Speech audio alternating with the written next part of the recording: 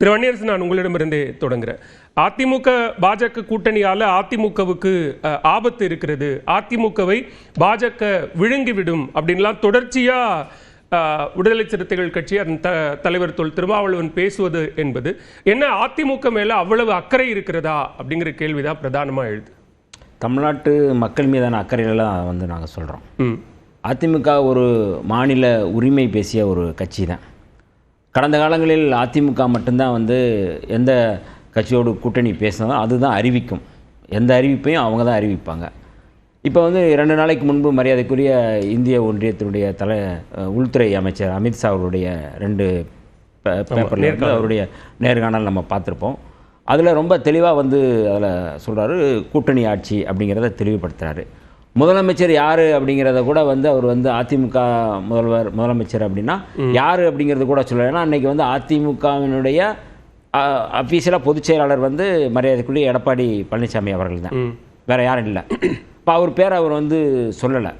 இப்போ இந்த இந்த தந்திரம் இருக்குல்ல, இந்த உத்தி, இந்த சதி இருக்குல்ல, இது பாஜக எப்போவுமே மற்ற மாநிலங்கள் செய்தது தான். இப்போ சிவசேனாங்கிற ஒரு அமைப்பு இருக்குது அப்படின்னா அந்த அமைப்பு பாஜகவை விட இந்துத்துவாவை சனாதனத்தை தீவிரமாக பேசக்கூடிய இயக்கம் தான், கட்சி தான் அது. அப்படிப்பட்ட இயக்கத்தை அவர்கள் இன்றைக்கி சின்னாபனப்படுத்தி ஏக்நாத் சிண்டேயை மட்டும் அவர் கொண்டு அவர் ஆட்சி அதிகாரத்தில் உட்கார வச்சுருக்கிறாங்க. தமிழ்நாட்டை பொறுத்தளவு நீங்கள் பார்த்தீங்கன்னா ஏற்கனவே அதிமுகவை எப்படி அவங்க பண்ணியிருக்கிறாங்க. சசிகலா அம்மா ஒரு பக்கம், இந்த பக்கம் டிடிவி, இந்த பக்கம் செங்கோட்டையன் ஒரு பக்கம், ஓபிஎஸ் ஒரு பக்கம், இப்படி எல்லாத்தையுமே அவர்கள் எந்த கட்சி அவர்களை ஆதரிக்கிறதோ அல்லது எந்த கட்சி அவர்களோட கூட்டணி வைக்கிறதோ முதலில் அந்த கட்சியை தான் அவங்க உடைப்பாங்க, அந்த கட்சியை தான் அவங்க சின்னாபனப்படுத்துவாங்க. அந்த பேட்டி அதுதான் சொல்லுது. இவர் யார் சொல்கிறதுக்கு? கூட்டணி தமிழ்நாட்டுடைய கூட்டணி கட்சிக்கு தலைவர் யார்? சரி, பாஜகவா அதிமுகவா அப்படிங்கிற கேள்வி இருக்குது. அதை யார் அறிவிக்க வேண்டிய உரிமை அல்லது அதுக்கான தலைமைத்துவம் யாருக்கு இருக்குது அப்படிங்கிற இடத்துக்கு நம்ம கொண்டு வரோம். அதனால் பாஜகவினுடைய செயல் திட்டம் அப்படிங்கிறது முதல்ல தன்னை நம்பி வந்த ஒரு கட்சியை அழித்தொழிப்பது அப்படிங்கிறது அந்த இடத்துல இருந்து தான் விழுங்கிக்கிட்டு இருக்கிறாங்க, விழுங்க போகிறாங்க. நாங்கள் அவங்க 2001 அவங்க கூட்டணி சேர்ந்ததுலேருந்து நாங்கள் தொடங்குகிறோம், அதை நாங்கள் சொல்கிறோம். இன்னைக்கு அதுதான் அமித்ஷா அவர்கள் சொல்லாமல் சொல்கிறாரு. நாங்கள் அது என்ன சொல்கிறாரு, ஹெச் ராஜா ஒரு இடத்துல சொல்கிறாரு, பாஜகவினுடைய ஆட்சி மன்ற குழு முடிவு செய்கின்றார் யார் முதலமைச்சர் அப்படிங்கிறத. பாஜகவினுடைய ஆட்சி மன்ற குழு முடிவு செய்யும் அப்படின்னா இது என்ன, அது பாஜகவா, இது அதிமுகவா, இல்லை பாஜகவா, இல்லை ஆர்எஸ்எஸ் இவங்களை வழி நடத்துதா, அண்ணா திராவிட முன்னேற்ற கழகம் இல்லை அல்லது அமித்ஷா தலைமையிலான திராவிட முன்னேற்ற கழகமா? இது இந்த எல்லாமே கேள்வி நான் கேட்கல. அண்ணா திராவிட முன்னேற்ற கழகத்தினுடைய உண்மையான தொண்டர்கள் கேட்குறாங்க. நிறைய போலி தொண்டர்கள் உள்ள நுழைஞ்சிருக்கிறாங்க, பாஜகவினுடைய பேருக்கு உள்ள நுழைஞ்சிருக்காங்க. அது நான் அதுக்குள்ளே போகல.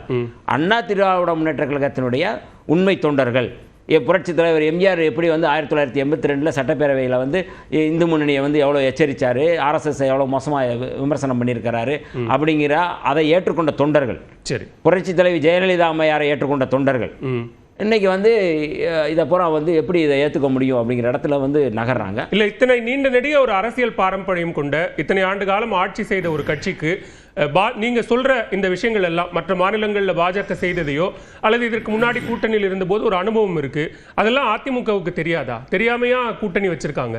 இல்லை, அதெல்லாம் தெரிந்துதான் இந்த இடத்துல இருந்து அவங்க எதுவுமே பேச முடியாத ஒரு சூழலில் அவங்க இருக்கிறாங்க.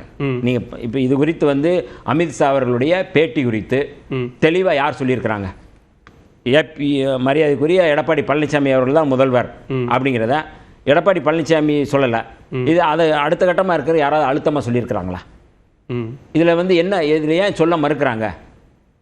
செல்லூர் ராஜ் அவர்களோ இல்லை மரியாதைக்குரிய ராஜேந்திர பாலாஜி போன்றவர்களோ சொல்கிறாங்க. இல்லை, அது எப்படி என்ன சொல்கிறாங்க அப்படின்னா இதுக்குள்ளே நீங்கள் நாங்கள் தான் முடிவு பண்ணணும்னு சொல்கிறாங்க. ஆமாம், எடப்பாடி பழனிசாமி தான் முதலமைச்சர் வேட்பாளர் வரையும் சொல்கிறாங்கன்னு நான் என்ன கேட்குறேன், அந்த பேச்சு தவறு, அமித்ஷா அவர்கள் சொல்கிற கருத்து தவறு, அது நாங்கள் கண்டிக்கக்கூடிய ஒரு விஷயம் யார் சொல்கிறாங்க? அதை எந்த இடத்துல இருந்து அவர் நகர்த்துறாங்க? எங்கேயுமே நகர்த்த முடியல, அதை சொல்லக்கூட முடியலையே. நீங்கள் பேசுன தப்புங்க, நாங்கள் எங்கள் கட்சி நாங்கள் தாங்க இங்கே ஏங்க பாஜகவுக்குன்னு இங்கே என்ன வாக்கு இருக்குது? அதிமுகவினுடைய தயவால், அதிமுக கூட்டணியுடைய தயவால் தான் அவங்க இந்த இடத்துல 4 சீட்டு பெற முடிந்தது. கூட்டணி கட்சியினுடைய தயவால் தான் அவங்க 2024 அவங்க வாக்குகளை பெற முடிஞ்சது. தனியாக அவங்க ஒன்றும் பண்ண முடியல. அப்ப இந்த இடத்துல வந்துகிட்டு நாங்க தான் முடிவு பண்ணுவோம், பாஜக ஆட்சி மன்ற குழு தான் முடிவு செய்யும்னா இதை விட அதிமுகவுக்கு என்ன அவமானத்தை? அதிமுகவை விழுங்கிவிடும் பாஜக அப்படின்னு சொல்ற கூற்று அது அதிமுகவோடு சேர்ந்து தமிழ்நாட்டு மக்கள் மீதான அக்கறை, அந்த அடிப்படையில் தான் விசிக இந்த கருத்துக்களை சொல்லுது. நாங்க எந்த இடத்துல இருந்து அந்த அக்கறையை பண்றோம்னா, அதிமுக வெர்சஸ் பாஜக, அதிமுக வெர்சஸ் திமுக, இதுதான் தமிழ்நாட்டில் மாநில கட்சிகள் தான், மாநில உரிமைகள் பேசக்கூடிய அரசியல், மாநில மக்களை பாதுகாக்கக்கூடிய கட்சிகள் இதுதான்.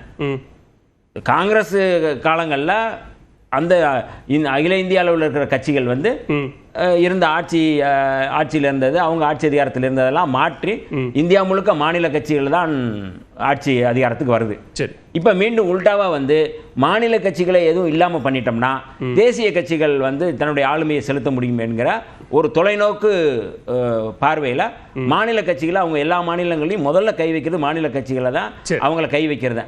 அப்ப அந்த இடத்துல இருந்து நம்ம பார்க்குறோம்னா, ஒரு மாநில கட்சி, மாநில உரிமைகளுக்காக போராடிய கட்சி, மாநில மக்களுக்காக பேசிய கட்சி, அந்த கட்சி இன்னைக்கு மிக மோசமாக நீர்த்து போக செய்கின்ற வகையில் முடியாம போச்சுன்னா, அந்த இடத்துல பாஜக வந்துருச்சுன்னா, அப்ப நீங்க எப்படி நம்ம மக்களை பாதுகாக்க முடியும்?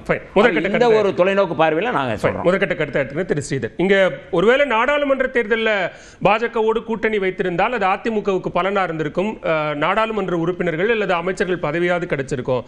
சட்டமன்ற தேர்தலில் தமிழ்நாட்டுக்கான முதலமைச்சரை யார் அப்படின்னு தேர்ந்தெடுக்கிற தேர்தலில் பாஜகவோடு கூட்டணி வைத்தது அதிமுகவுக்கு சுமை அப்படிங்கிறாரு திரு சீமான். எந்த அடிப்படையில்?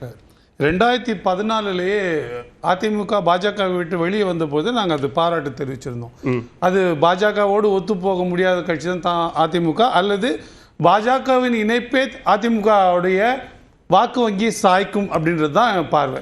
இப்போ ஒன்றும் வேண்டாம், நீங்கள் நீட்டை அம்மையார் ஜெயலலிதா அவர்கள் எதிர்த்தாங்க, விலக்கு வாங்கினாங்க.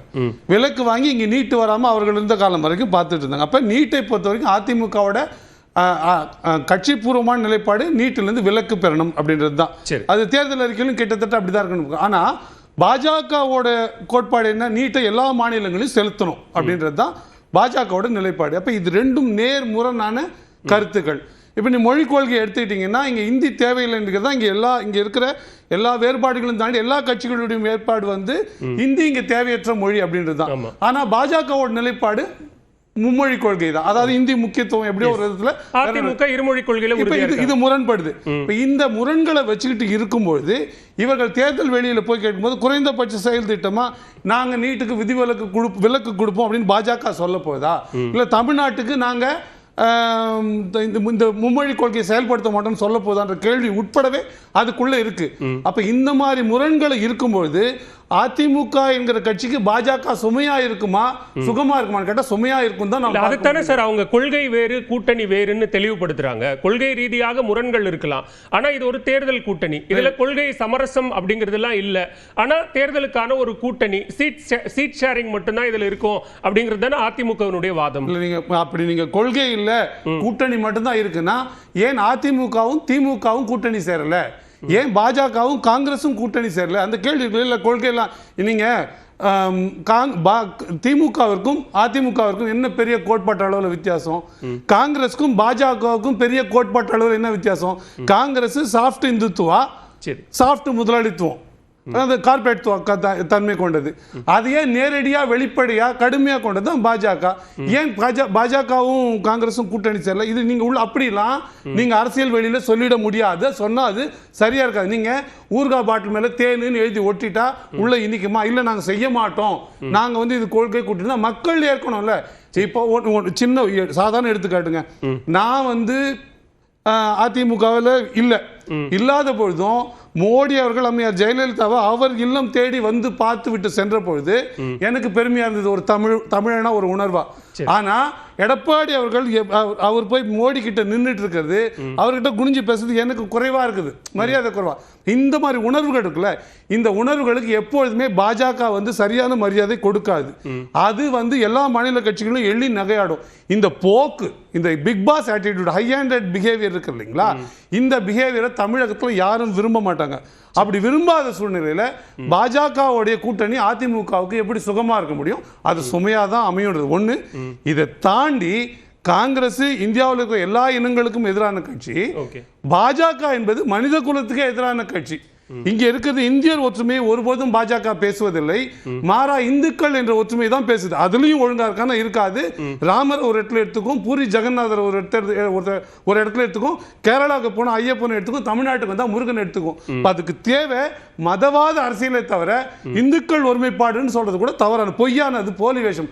இப்ப வாக்கு வங்கியை நோக்கி மட்டுமே இருக்கிற ஒரு கட்சி, அதுவும் தீவிரமான இந்து தேர்தல் அரசியல் அதான சார் பிரதானம். அது எந்த மாநில கட்சியா இருந்தாலும் தேசிய கட்சியா இருந்தாலும் தேர்தல் அரசியல்னு வந்துட்டா வாக்கு வங்கி தானே பிரதானம். அதை நோக்கி தானே அவர்களுடைய வியூகம் அப்படிங்கிறது அதை நோக்கி தானே இருக்கும். அப்படி வெற்றி பெற்றதா இல்லையே, அப்படிதான் இருக்க போகுதுன்னா நீங்க பாஜகவோட திமுகவோட கொஞ்ச நாள் விசிகா இருந்தது, அப்புறம் கொஞ்ச நாள் கழிச்சு அதிமுகவோட போச்சு. பாமக கொஞ்ச நாள் திமுகவோட இருந்தது, கொஞ்ச நாள் அதிமுகவோட போச்சு. தேமுக கொஞ்ச நாள் திமுகவோட இருந்தது, கொஞ்ச நாள் அதிமுகவோட போச்சு. இந்த கொள்கை இல்லாம இந்த அரசியலை பண்ணிக்கிட்டு மாறி மாறி வந்ததுனால அந்த கட்சிகள் வளர்ந்துருக்குதா, மக்கள் அதை ஆதரிச்சிருக்காங்களா, அதோட வாக்கு வங்கி கூடி இருக்கா? மாறா வெறுமனே எம்எல்ஏக்கள் சட்டமன்ற உறுப்பினர்கள் மட்டும் கூடி வாக்கு எண்ணிக்கை கொஞ்சம் நீங்க அறிவியலை பாருங்க. அதை மக்கள் விரும்புவதில்லை. மாறா தலைவர் ரெப்ரசன்டேஷன் வேணுமா, வாக்கு சதவீதம் மட்டும் மக்கள் நலன் தான் வேணும். மக்கள் நலனை வச்சுக்கிட்டு நீங்க பேசுறதுக்கு மக்கள் நலனை நிறைவேற்றணும்னா ரெப்ரசன்டேஷன் சட்டமன்றத்துக்கோ நாடாளுமன்றத்துக்கோ போனா தானே மக்கள் நலன் நிறைவேறும். எதிர்கட்சியாவே இருந்து பல முறை பல விஷயங்களை சாதிச்சு. இப்ப நீங்க டங்ஸ்டன் பிரச்சனையில எடுத்துக்கங்க, மதுரையில அதற்கு என்ன மக்கள் ரெப்ரசன்டேஷன் காப்பாத்துச்சா? அதை திமுக அரசு மறைத்து வைத்திருந்தது, அந்த டங்ஸ்டன் சுரங்க விவகாரத்தையே. அதை மக்களும் மற்ற கட்சிகளும் சேர்ந்து போராடும் போது நீத்து போகுது. அப்படிதான் பரந்தூர் விமான நிலையம். அப்ப அடிப்படையில மக்கள் நலன் நோக்கி ஒரு கட்சி நகரும் போது அது ஒரு பை ப்ராடக்டா வாக்கு வங்கி உயரணும். அதை தான் வந்து ரெப்ரசன்டேஷன் வரணுமே தவிர ரெப்ரசன்டேஷன் வரணுன்றதுக்காக கோட்பாட்டை கொண்டு மக்கள்